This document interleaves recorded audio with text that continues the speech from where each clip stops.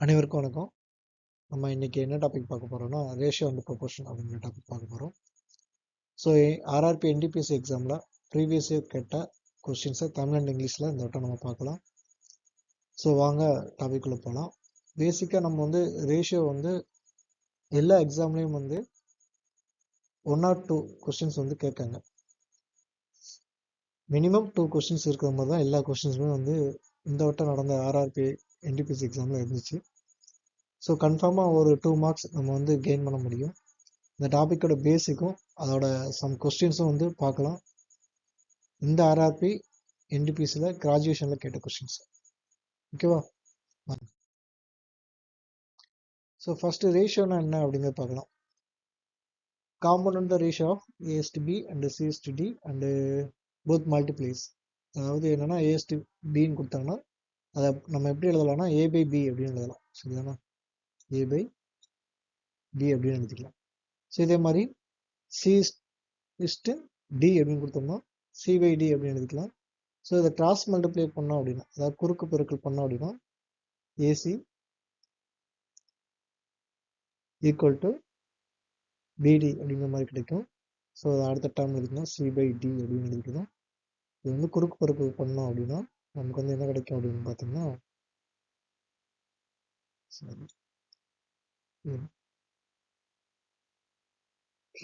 இந்த குறுக்கு பெருக்கல் பண்ணோம் அப்படின்னா நமக்கு வந்து ஏசி அண்டு பிடி அப்படிங்கிற டேர்ம் வந்து கிடைக்கும். சரிங்களா? ஸோ இது வந்து பேசிக்காக உள்ள ரேஷியோவில் உள்ள மெத்தடு. ரேஷியோ அப்படிங்கூட வேற ஒன்றுமே இல்லைங்க. இடது பக்கம் ஒன்று வலது பக்கம் ஒன்று 2 பொருட்கள் இருக்குன்னு வச்சுக்கோங்களேன். அது ஏங்கிற ஒரு பொருள், பிங்கிற ஒரு பொருள். இதோட மதிப்புக்கு ஈக்குவலாக இது எத்தனை மடங்கு இருக்குது, அல்லது எவ்வளோ சதவீதம் அதிகமாகவோ அல்லது கம்மியாகவோ இருக்குது அப்படின்னு சொல்லலாம். அதாவது 1:1, 1:2, 1:1னா ரெண்டுமே வந்து என்ன இருக்குன்னா ஈக்குவலாக இருக்குது அப்படின்னு. 1:2னா 1 வந்து 2 மடங்கும் இன்னொரு பொருள் வந்து 1 மடங்கு இருக்கும் அப்படின்னு அர்த்தம். ஸோ இந்த மாதிரி ரேஷியோஸ் வந்து மாறுபடுது. ஸோ அதை பேஸ் பண்ணி இருக்கக்கூடிய சம்ஸ் வந்து பார்க்கலாம். இதில் சில மெத்தட்ஸ் இருக்குது அண்ட் ஃபார்முலா இருக்குது. அதை என்னங்க பார்க்கலாம். This is a ratio of the product of the first term in the every ratio, the product of the second term in the every ratio. So first term and second டேர்மில் வந்து கிடைக்கக்கூடியது. First term இது இருக்குது, இது second term. So இது ரெண்டுலேயும் கிடைக்கக்கூடிய ratio வந்து ஈக்குவலாக இருக்குது. ப்ராடக்ட் டேர்ம், அதாவது பெருக்குத்தொகை மதிப்பு வந்து ஈக்குவலாக இருக்கும் அப்படிங்கிறத சொல்லியிருக்காங்க. சரிங்களா? ஸோ அடுத்து தேர்டு ப்ரொபோர்ஷன் எப்படி கண்டுபிடிக்கலாம் அப்படின்னு பார்க்கலாம். So X by Y equal to ratio வரும். So ratio of Y by Z அப்படின்னு கொடுத்தோம் அப்படின்னா இந்த இடத்துல நம்ம கண்டுபிடிக்க வேண்டியது இசட் தான். தேர்டு ப்ரொபோர்ஷன் அப்படின்னு சொல்லக்கூடியது இசட் தான் கண்டுபிடிக்கணும். ஸோ இசட்டை அப்படி வச்சுக்கிட்டு நம்ம வந்து அதே மாதிரி இந்த இடத்துல பண்ண மாதிரி குறுக்கு பெருக்கல் பண்ணோம் அப்படின்னா பண்ணால் நமக்கு வந்து என்ன கிடைக்கும் அப்படின்னு பார்த்தீங்கன்னா ஒய் ஸ்கொயர் பை எக்ஸ் அப்படிங்கிறது கிடைக்கும். இந்த ஃபார்முலா யூஸ் பண்ணி நம்ம மோஸ்ட் பிளேசஸில் வந்து நம்ம தேர்டு ப்ரொபோர்ஷன் யூஸ் பண்ணி நம்ம வந்து ரேஷியோவில் ஆன்சர் கண்டுபிடிக்க முடியும். அடுத்த question A by by equal to C by D அப்படின்னு இருக்குது. ஃபைன் டி அப்படின்னு கொடுத்துருப்பாங்க. சம் பிளேஸில் ஃபோர்த் ப்ரொபோர்ஷன் கண்டுபிடிங்க அப்படின்னு சொல்லி கொடுத்துருப்பாங்க. இதுவும் அதே மெத்தட் தான். ஏன்னா 4 டேர்மே வேற வேறு டேர்ம். சரிதான். நான் இங்கே ஒய் ஒய் அப்படின்னு கூடிய 2 டேர்ம் வந்து ஈக்குவலாக இருந்துச்சு. பட் அதோட வேல்யூஸ் சம்டைம்ஸ் மாறி இருக்கலாம். அதை ஈக்கு பேலன்ஸ் பண்ணி கொண்டு வரணும். பட் இந்த இடத்துல என்ன அப்படின்னா 4 டேர்மே வேற வேறு டேர்மு. இந்த 4 டேர்ம் வேற வேறு டேர்ம்னா இங்கே டி மட்டும் கண்டுபிடிக்க போகிறோம். ஸோ இதுதான் வந்து ஃபோர்த்து ப்ரொபோர்ஷன் அப்படிங்கிறத கண்டுபிடிக்க போகிறோம். சரிங்களா? T is equal to BC by A அப்படின்னு வச்சிருக்கோம். ஸோ இதே தான் குறுக்கு பெருக்கு பண்ணணும். ஏடி ஈக்குவல் டு பிசின்னு கிடச்சிருக்கோம். ஸோ இதை பி நமக்கு தேவை வந்து டி மட்டும் தான் தேவைங்கிறதுனால இந்த ஏவை வந்து கீழே கிராஸ் மல்டிப்ளை பண்ணி வந்துருப்பாங்க. சரிங்களா? மீன் ப்ரொபோர்ஷன் தான் A by B equal to B by C அப்படின்னு வச்சிருக்கோம். ஸோ இது மீன் ப்ரொபோர்ஷன் அப்படின்னு சொல்லும்போதுனால நம்ம வந்து இதை கிராஸ் மல்டிப்ளை பண்ணி எழுதிக்கலாம். ஸோ பி ஸ்கொயர்டு இந்த டேர்ம் கிடைக்கும், டிஏசிங்கிற டேர்ம் கிடைக்கும்.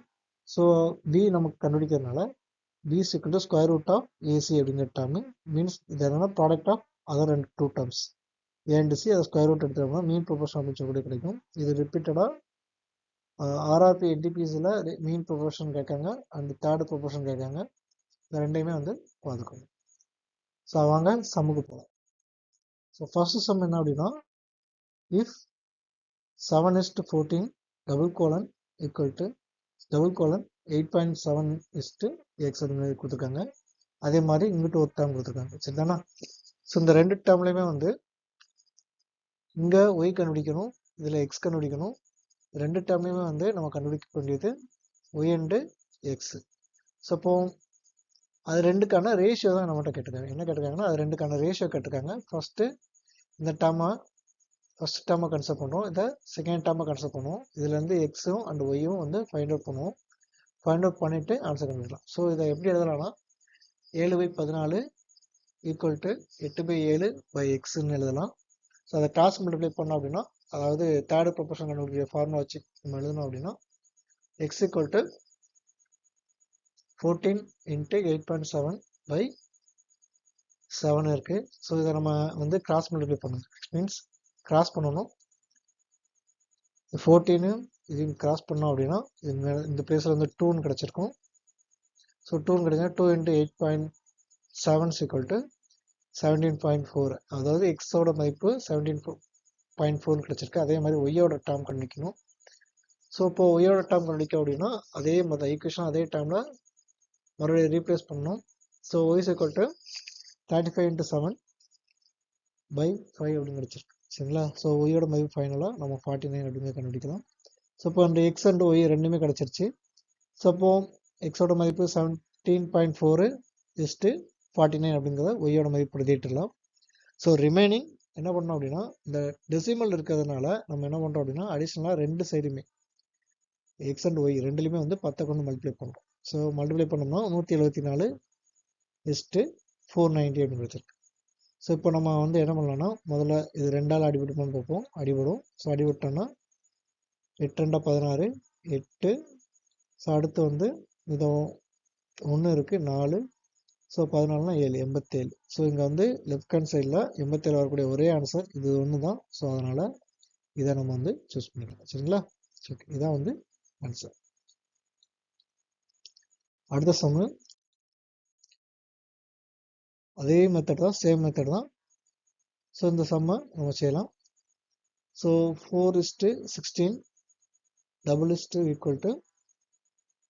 7.3:x. ஸோ இதுலேருந்து நம்ம வந்து என்ன கண்டுபிடிக்க போகிறோம்னா எக்ஸை கண்டுபிடிக்க போகிறோம். இந்த டேர்மில் இருந்து ஒய்யை கண்டுபிடிக்க போகிறோம். ஸோ இந்த ரெண்டு டேர்ம்ல இருந்து கண்டுபிடிச்ச மதிப்பை ரேஷியோவில், அதாவது விகிதத்தில் வந்து போட போகிறோம். சரிங்களா? ஸோ எக்ஸோட மதிப்பு அப்ளை பண்ணியாச்சு. So X = 16 × 7.3/4. இதை கிராஸ் பண்ணோம்னா அடி கொடுத்தோம்னா இல்லை 4ன்னு கிடைக்கும் மேலே. ஸோ 4 × 7.3 அப்படிங்கிறது 29.2 அப்படிங்கிற ஆன்சர் கிடைச்சிடும். சரிங்களா? ஸோ அதே மாதிரி ஒய்யோட டேர்மு. ஸோ இங்கேயும் வந்து என்னென்னா கீழே அடிமானம் 4 தான் இருக்கும். ஸோ 32 × 7 அதாவது பி அண்ட் சியை மல்டிப்ளை பண்ணிட்டு கீழே வந்து ஏ போட்டோம்னா கிடைச்சது BC/A அப்படிங்கிற ஆன்சரு. சரி, ஃபார்முலா. ஸோ அதை அப்ளை பண்ணோம் அப்படின்னா நமக்கு வந்து இந்த பிளேஸில் வந்து நமக்கு என்ன கிடைக்கும் அப்படின்னு பார்த்தா 8 அப்படிங்கிறது கிடைச்சிடும். 8 கீழே 4 விட்டிங்கன்னா சரி அடிபடுதாச்சு. ஸோ ரிமைனிங் எக்ஸோட மதிப்பு 29.2, இங்கே ஒய்யோட மதிப்பு 56 அப்படிங்க கிடைச்சிருக்கும். இந்த ரேஷியோவில் அப்ளை எழுதணும். எக்ஸ் அண்ட் ஒய் அப்படின்னு பிரதிவிடுவோம். ஸோ 29.2 இங்கே 56.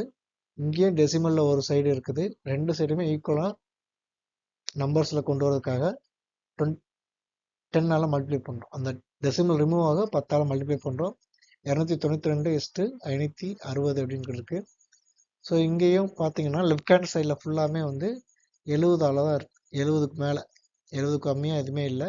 இது 83 85 இந்த மாதிரி 92 இந்த வேறு வேரியேஷன்ஸ் எதுவுமே இல்லை. ஒரே எல்லாமே 70 சீரீஸ் தான்.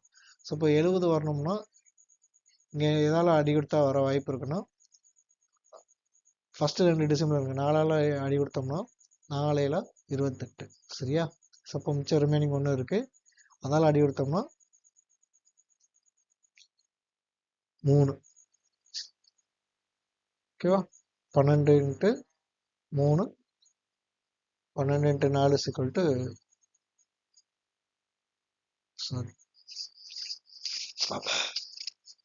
= 3 × 4 = 12 கிடைச்சிருக்கும். அதே மாதிரி இங்கேயும் 4ஆல் அடி கொடுத்தோம் அப்படின்னா நமக்கு வந்து ஆன்சர் வந்து 73:140 அப்படிங்கக்கூடிய ஆன்சர் கிடைச்சிருக்கும். 140 கிடைச்சிருக்கு. சரிங்களா?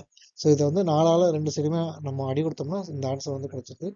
ஸோ அதுக்கடுத்து என்ன அப்படின்னு பார்த்தீங்கன்னா தேர்ட் சம்மு. ஸோ இது அதே தான், கொஞ்சம் வேரியேஷன்ஸ் இருக்கும்.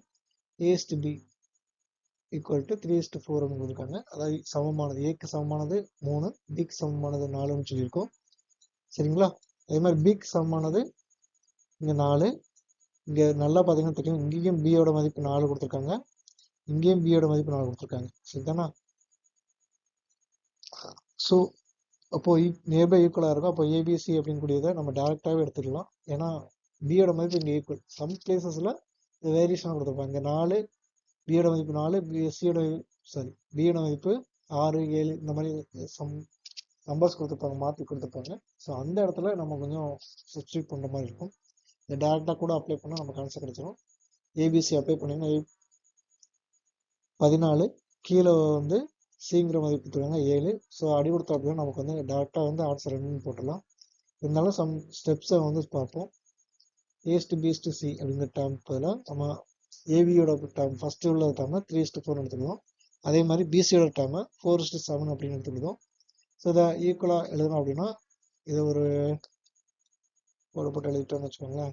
ஸோ 3 அப்படியே டேரெக்டாக ரெண்டுலேயுமே 4 இருக்கிறனால டேரெக்டாக 4 எழுதிக்கோங்க. ஸோ அதுக்கடுத்து 7ன்னு எழுதிக்கலாம். இல்லை நான் வந்து இங்கக்குள்ளே ஒரு வேறு நம்பர் கொடுத்தாங்க, 6ன்னு கொடுத்தாங்க அப்படின்னா நம்ம என்ன பண்ணோம்னா இந்த லெஃப்ட் சைடில் ஒரு இந்த கேப்பில் 6ன்னு போட்டுக்கணும். அதே மாதிரி இந்த ரைட் சைடில் இருக்கக்கூடிய கேப்பில் இதே 4ன்னு போட்டுக்கணும். சரிதானா? ஸோ இப்போ நீங்கள் இதை அந்த டேர்ம் மல்டிப்ளை பண்ணிட்டு வரக்கூடிய ஆன்சர் எப்படி இருக்குன்னா A/B/Cன்னு இருக்கும். அதுக்கப்புறம் ஏயோட மதிப்பு, பியோட மதிப்பு, சியோட மதிப்பை சப்ஸ்டியூட் பண்ணி இந்த டேர்மை வந்து சால்வ் பண்ணலாம். சரிங்களா? ஸோ இப்போ நமக்கு கிடைச்ச ஆன்சர் இதில் வந்து இந்த சம்முக்கு வந்து 2 அப்படிங்கிறது கிடைச்சிருக்கு. சரியா? ஓகே.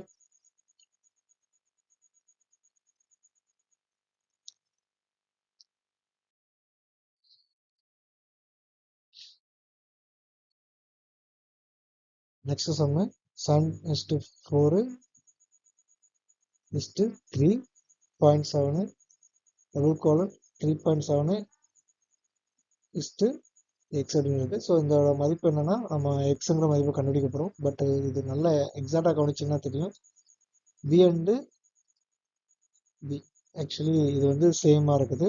ஸோ இது வந்து நம்ம BC/A அப்படிங்கிற டேர்மை போட்டு அப்ளை பண்ணி நீங்கள் இந்த சம்முக்கு உங்கள் ஆன்சரை கமாண்டில் பதிவு பண்ணுங்க. ஸோ 5th சம்மு, பெருமவற்றில் 7:9க்கு சமமான விகிதம் எது? 7:9க்கு சமமான விகிதம். இந்த ஆன்சர்லேருந்து ஏதோ சம் இருக்குது, அந்த டேர்ம் எது அப்படிங்கிறத நம்மளை கண்டுபிடிக்க சொல்லியிருக்காங்க. ஸோ இப்போ பார்த்தீங்க அப்படின்னா இப்போ பார்த்தீங்கன்னா ஃபர்ஸ்ட் உள்ளது 7ஆல் மடங்கு. ஸோ இந்த 7ஆல் மடங்கு 9763 வராது. 7 5 70, 77 தான் வரும், இது வராது. 5 70 இது வருது, இது 77 இதுவும் வருது. அப்போது செகண்ட் டேர்மை செக் பண்ணணும், 9ஆல் வகுப்படுமான்னு பாருங்கள்.